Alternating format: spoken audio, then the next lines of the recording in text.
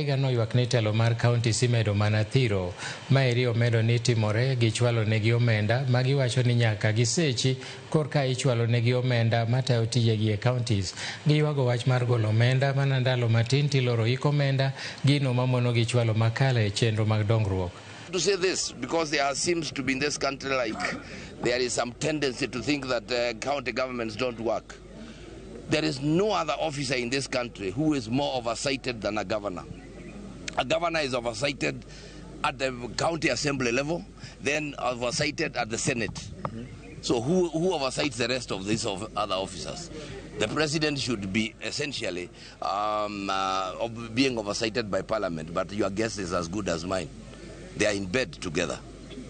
That's the truth. So even as we focus and try to push around devolution and try to demonize governors, it is important to know that we are the most oversighted officers in this country who have to go through double oversight.